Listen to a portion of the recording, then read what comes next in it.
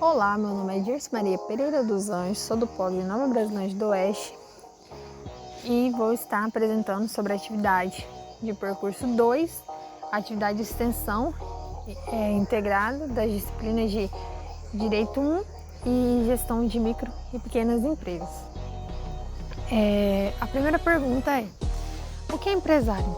O empresário, ele nada mais é do que aquele que exerce profissionalmente uma atividade econômica de modo que implique na circulação de bens e serviços e que tenha por finalidade o lucro. Em outras palavras, podemos dizer que o empresário é aquele indivíduo vocacionado a gerenciar os meios de produção, de modo que as suas atividades sejam voltadas a prestações de serviços ou fornecimento de produtos a terceiros, gerando lucro.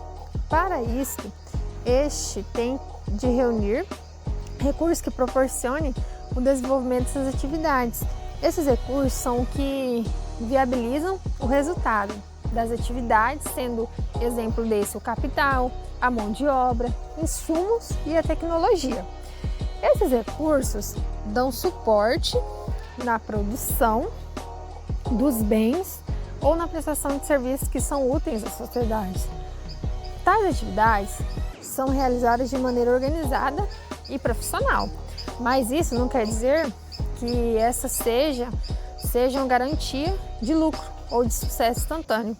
O empresário assume os riscos ao tentar atender à demanda de determinados indivíduos. Explicar a principal diferença entre MEI, ME e IPP. A diferença entre microempreendedores individuais MEI, microempresas ME e empresas de pequeno porte EPP é estabelecida a partir do faturamento anual da receita bruta de cada uma dessas configurações. A figura do empreendedor ou do microempreendedor individual MEI, regulamentada pela Lei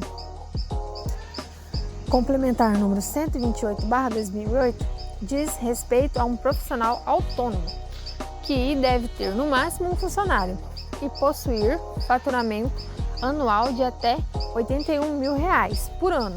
Já as microempresas ME são aquelas que possuem faturamento anual de até R$ 360 mil, enquanto as empresas de pequeno porte EPP devem faturar também anualmente entre R$ 360 mil e R$ 3,6 milhões. Também tem a diferença no cenário de licitações. Para aqueles que se enquadram em um dos três regimes acima, MEI, ME e IPP, algumas dúvidas são comuns. Por exemplo, como uma empresa de pequeno porte pode ter chance de concorrer com as grandes empresas? Ou mesmo, quais são as chances de vencer uma licitação em um cenário de concorrência entre uma ME e uma IPP? Essas questões estão relacionadas com um dos fundamentos das licitações, o princípio da isonomia. Este princípio diz respeito à garantia de igualdade perante a lei, de modo que a administração pública deve garantir igualdade de concorrência para todos os participantes aptos a um edital de licitação. Com base nesse princípio, a Lei Complementar 126/2006 foi criada justamente para garantir a igualdade legal entre todos os concorrentes, modernizando assim os processos licitatórios, beneficiando e ampliando as possibilidades para as MEIs, MEs e EPPs. Apontar a fundamentação legal de cada tipo.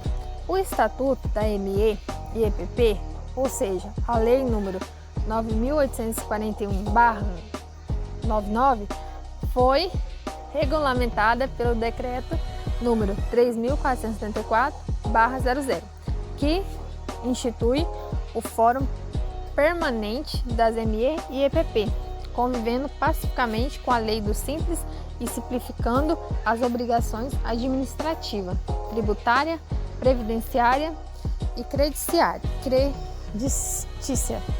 A base legal para o MEI é a LC 123/2006 e alterações posteriores. O MEI poderá optar pelo recolhimento dos impostos e contribuições abrangidos pelo Simples Nacional em valores fixos mensais, independentemente da receita bruta por ele oferida no mês.